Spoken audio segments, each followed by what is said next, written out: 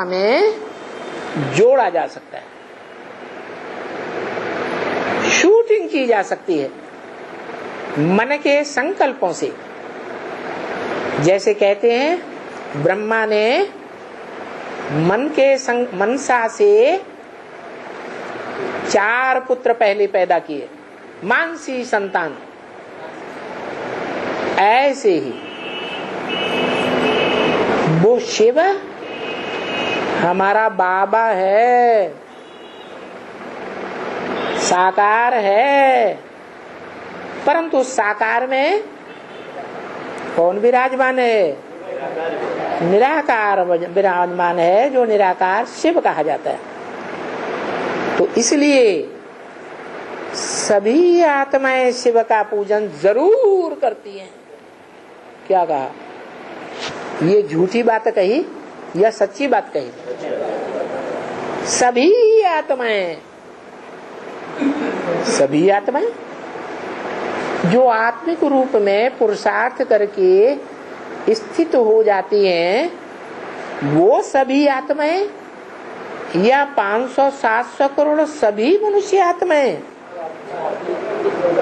है?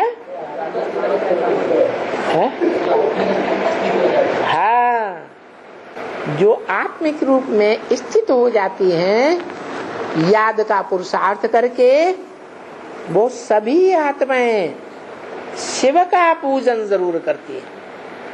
क्या कोई भी जन्म में सतयुग त्रेता में है तो अपनी भ्रकुटी के मध्य में भी बिंदु को याद करती है कि नहीं? द्वापर कलयुग में है तो भी कोई भी जीवन में किसको याद करेंगी? शिव को जरूर याद करती है। ड्रामा बना हुआ है क्या? ये अविनाशी ड्रामा आत्मिक रूप में जो स्थिर हो जाते हैं, महामृत्यु के समय उनके लिए ये गायन है। क्या? शालिग्राम भक्ति मार्ग में जिसकी यादगार चलती है, रुद्र यज्ञ रचते हैं तो कोई 1,00,000 शालिग्राम बनाते हैं, कोई 2 लाख, कोई 3 लाख, कोई 4 लाख भी बनाते होंगे। क्या? ये ड्रामा बना हुआ है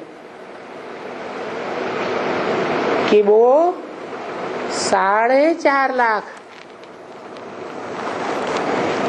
आत्माएं इसी पुरुषार्थी शरीर से क्या बन जाती हैं? आत्मा बन जाती है। जो शालिग्राम है किस रूप में दिखाते हैं? छोटा दिखाते हैं कि बड़ा? बड़ा है शिवलिंग और छोटा है शालिग्राम। क्या अंतर है दोनों में? शिव के चारों ओर कोई बंधन नहीं है। क्या कोई बंधन में बंधा हुआ है? नहीं। और शालिग्राम के चारों ओर बंधन दिखाते हैं। तुम सब सीताएं हो। क्या? तुम सब सीताएं हो बंधन में रहने वाली। और राम बाप एक है या बंधन में रहने वाला है? एक राम बाप ही निर्बंधन है। तो बाप समझाते हैं कि तुम सब शालिग्राम की यादगार हो। 4-4.5 लाख जो रुद्र यज्ञ में बनाए जाते हैं, मिट्टी के शालिग्राम हैं या चैतन्य है? चैतन्य है। देवान में नहीं है। 4.5 लाख देवान में नहीं रहते। अंतिम पुरुषार्थ तक भी कुछ न कुछ परसेंटेज में देहभान में रहते हैं या नहीं रहते? तो मिट्टी के हैं या नहीं है? इसलिए मिट्टी के शालिग्राम बनाए जाते हैं। बाकी एक बड़ा बनाया जाता है, क्या? लिंग। जो लिंग है वो भी तो मिट्टी पत्थर का बनाते होंगे, नहीं बनाते हैं? बनाते हैं कि नहीं बनाते हैं? परंतु जो भक्त बनाते हैं वो अज्ञानी हैं या ज्ञानी हैं?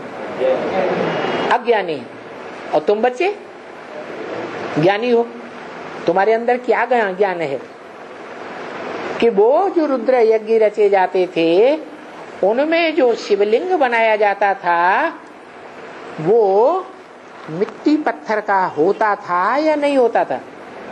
है?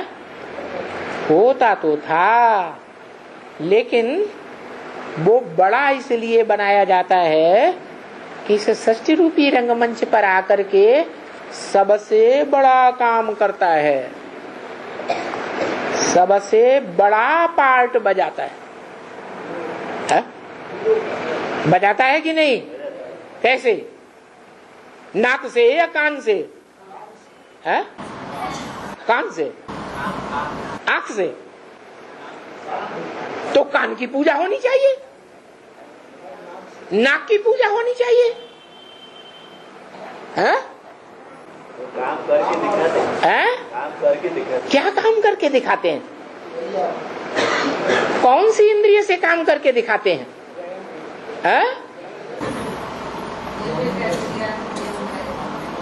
जोर से नहीं बोलते। ज्ञान इंद्रियों से काम करके दिखाते हैं, हैं? कर्मेंद्रियों से, सारी कर्मेंद्रियों से। तो सारी कर्मेंद्रियों की पूजा होनी चाहिए। अरे शिव के मंदिर में सारी कर्मेंद्रियों की पूजा होती है क्या? है?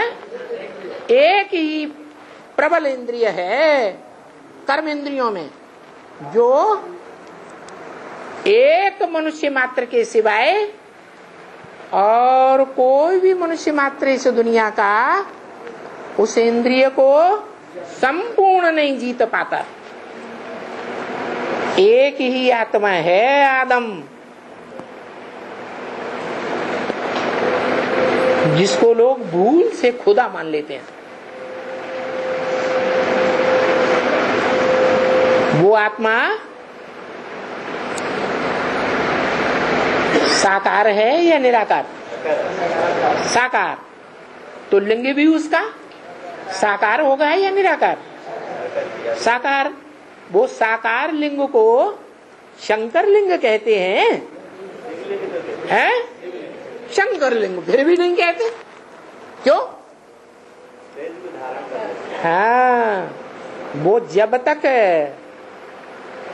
पुरुषार्थी रूप है, इंद्रिय को जीतने वाला पुरुषार्थ करता है, तब तक वो संपन्न नहीं है।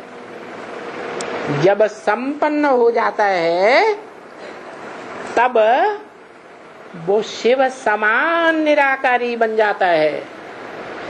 निराकारी, निर्विकारी, निरहंकारी बन जाता है, तब उसकी पूजा होती है। देवताओं के भी संपूर्ण रूप की पूजा होती है या अधूरे रूप की पूजा होती है? संपूर्ण रूप की पूजा होती है।